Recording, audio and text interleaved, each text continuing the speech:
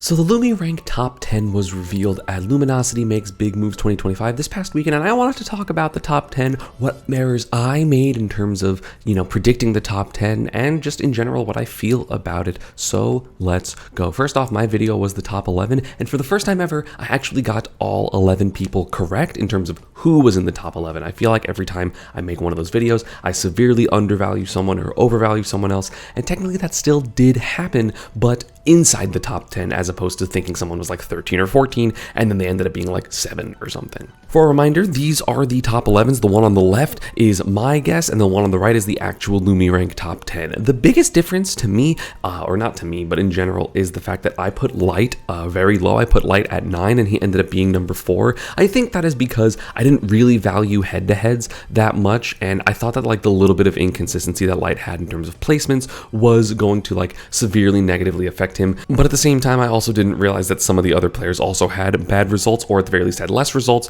So maybe I thought the algorithm was going to punish people that go to more events. But at the same time, Sonic's got number 5 when I expected him to be number 4. So I guess the lower events thing is like partially true, but it really just depends. However, Light just did so well. I do believe that him beating Mia multiple times was really a big help. But I definitely did think that him not top 8ing the 2 American P tiers or the 2 P tiers he went to would hurt him a little bit more than it did. I'm not surprised necessarily that he's number 4 because he is an amazing player and had probably, I would say, thinking about it, his best season to date. He just didn't win a major this season. Oh no, I lied. He literally won the Invitational. I sometimes expect like the smaller majors to count for like significantly less, but at the same time he did beat a lot of good players at that one. So I guess that third at Cirque 4, winning the Invitational, those probably helped him quite a bit. I'm really sad that Raru didn't get top 5. I really believe he genuinely deserved it. Not that Sonics doesn't deserve to be top 5, I just kind of wanted Raru to get that. He just had such a good season, but I guess that Sonics was just a little bit too good. Granted, Sonics only went to like 4 or 5 events, and 2 of them he did not top 8, so it does make sense that he wasn't number 4 and he was number 5.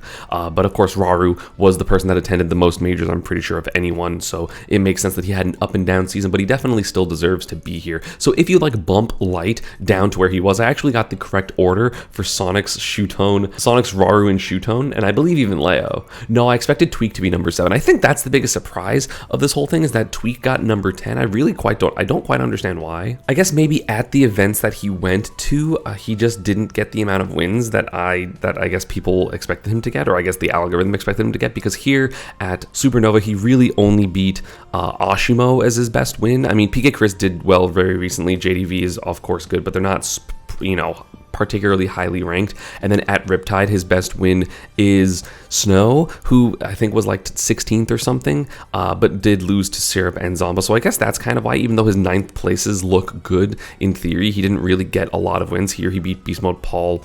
Oh no, sorry, those are the people that beat him. So he beat here Kaninabe, Zomba, Louis Money, Mia. Mia's a good win.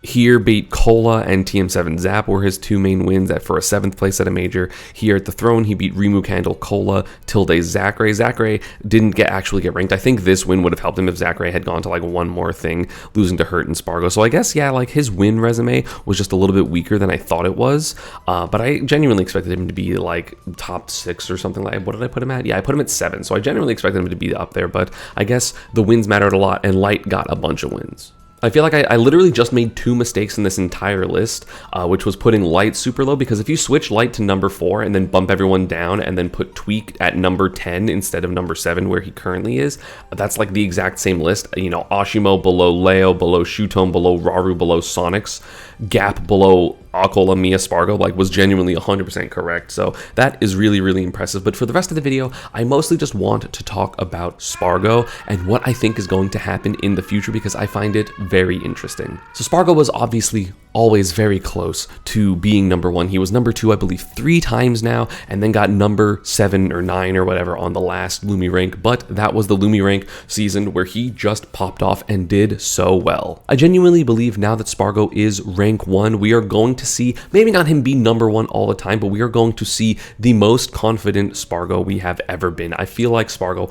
always kind of had a chip on his shoulder of being so close to number one that at the end of the season, things got really nervous for him, and then he would crumble. Or, you know, he would be disappointed by something and then crumble. Like he got revealed as number 2, I believe, last Supernova, not the one like 4 months ago, but the one 16 months ago.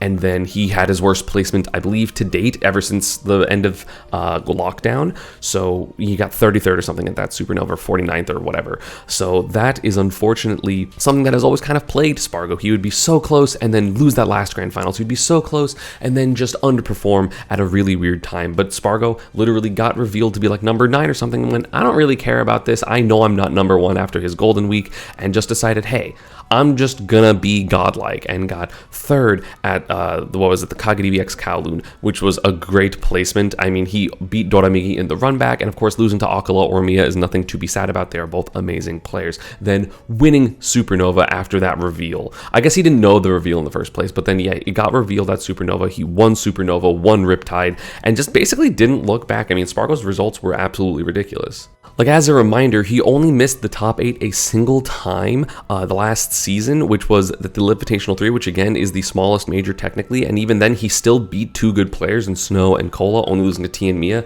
T was, I think, top 20 on the LumiRank, and Mia, of course, number 2, but overall beat Mia a lot more than vice versa, and had these fantastic showings, right? First at Supernova beating basically everyone, and then first at Riptide beating basically everyone, including some still good wins, Mutace, Ashimo, Syrup, Shootone twice. Of course, we know that Ashimo and Shootone were both in the top 10, which is obviously going to be very important. Again, you look at the Luminosity Invitational, lost to Leo and Zomba in pools, but then in bracket beat Sonics, number 5, Meister, who I believe was in top 20 again, Light, who was number 4, Ashimo, who was number 9, Zomba, who was outside of the top 10, but still very good, Shootone again in the top 10, Cola, you know, I think was in the top 20 or maybe 25 or something like that. So his win resume was just ridiculous. So even though he's not necessarily placing super well at all of the tournament, I mean, he's placing amazing, but you know, relative to some other things, I mean, he's like, oh, I got 4th at the Cirque 4 when he could be winning, but like, yeah, he's still beating Doramigi, Tweek, Shattuck, who are really, really good wins. So his win resume was just ridiculous. And then of course he was able to win just so much, right? Winning the Throne 2, winning Don't Park. I'm not counting Luminosity Makes Big Moves because that was literally this season. But again, like, he went to losers in winter semis, but he lost to Zachary and Leo here, but still beat Mars, who had a good season, Tweek, who had a good season, Candle, Hurt, Leo, Light. So he's just, the win resume of him was legitimately ridiculous. And in this moment, Don't Park on the Grass, when arguably if Mia won this event, he might have been number 1, which honestly I didn't really expect. I figured Spargo would still be number 1 at this point, but even in a moment where it was literally the same thing as his times versus Leo, where it's like, hey, if you win this set, you're probably number 1, because if Spargo won one more set at some point during like the 2021 season or 2022 season, I forget which one it was, he would have been number 1, but he still made it. Mia reset him, and then the 3-1 in grand final, so he was able to shore up his weakness in terms of being nervous about the rankings, and then just said, hey, it doesn't matter, I'm the best, bop, and beat Mia. And again, beat Mia twice here, as well as Shootone and Ken, who had good seasons.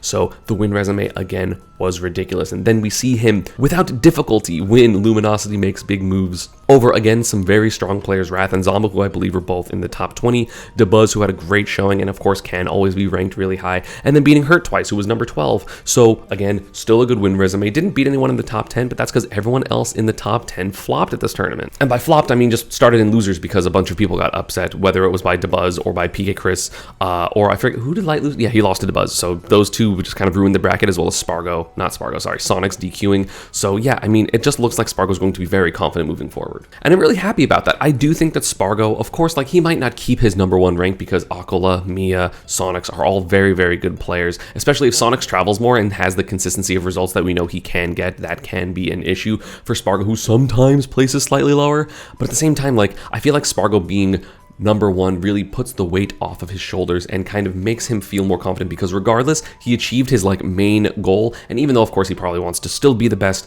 and still maintain that goal, blah blah blah, like, this isn't like, oh my god, he's gonna quit suddenly, but just I feel like him reaching his goal means that he is no longer going to be scared of tournaments and scared of like, oh god, what if I lose and then, oh, suddenly my rankings, and I feel like that's not going to affect him anymore, which means he's going to be the strongest version of himself, even stronger in my opinion than last season. Or I guess it would be similar to last season because, again, he wasn't really scared of his results because he did the worst he did since he was ranked top 2, and then suddenly he was just amazing. I genuinely feel that Spargo, of course, is the best player in the world right now, and I feel like it's not particularly hard for him to maintain that. Again, he has a really good winning record versus Mia overall. I mean, Mia beat him, what, once this year, maybe twice, but Spargo is able to just shore up those, gaps and do well. If Aegis is going to happen for Aquila and he starts doing well, then Spargo has plenty of counter picks. He can win the Aegis Ditto. He can, of course, go a bunch of different characters, so I feel like he's going to be fine in that matchup as well because Aquila is only really training his Aegis for specifically, I mean, it's good in general, but he's really specifically training it for the Cloud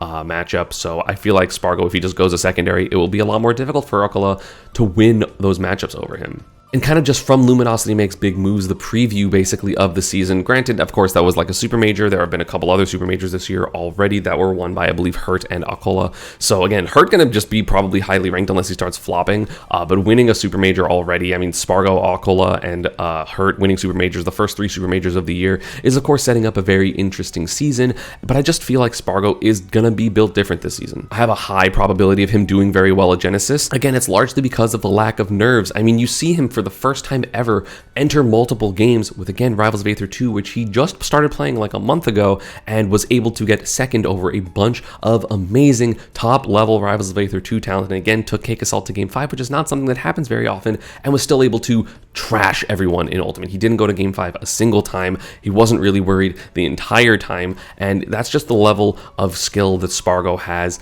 Of course, Cloud is, in my opinion, a very good character. So is Aegis, so is Roy, who are all his secondaries, because he went Aegis versus Zomba and Roy versus Wrath, specifically Roy versus Sonic players, which is interesting. But I just feel that Spargo is just gonna become even more of a menace than what he currently is. Was of course very consistent. He was part of the 4 Horsemen. He was one of the best players in the world for a long time. He was number 2 to Aquila and number 2 to MKLeo. Now that he's finally number 1, I just don't feel like he's gonna look back. His literal biggest weakness at the moment is MKLeo. If he's either able to learn something a little bit better for the Joker matchup, maybe play Roy for that matchup, since I think Roy and Joker is an interesting matchup. Maybe, I don't know, play someone for that matchup if he doesn't like it with Cloud, or just get slightly better at that matchup, then he's going to shore up his one weakness, and then I just feel like Spargo is unstoppable. He is so talented, so good, and of course he can lose, but I just feel like the nerves being gone from him, being like chasing number 1, being like, oh, every single loss matters so much, and just being like, oh, I got it. So even if I lose here and I'm not number 1, I know that I can do it. I know that I did it.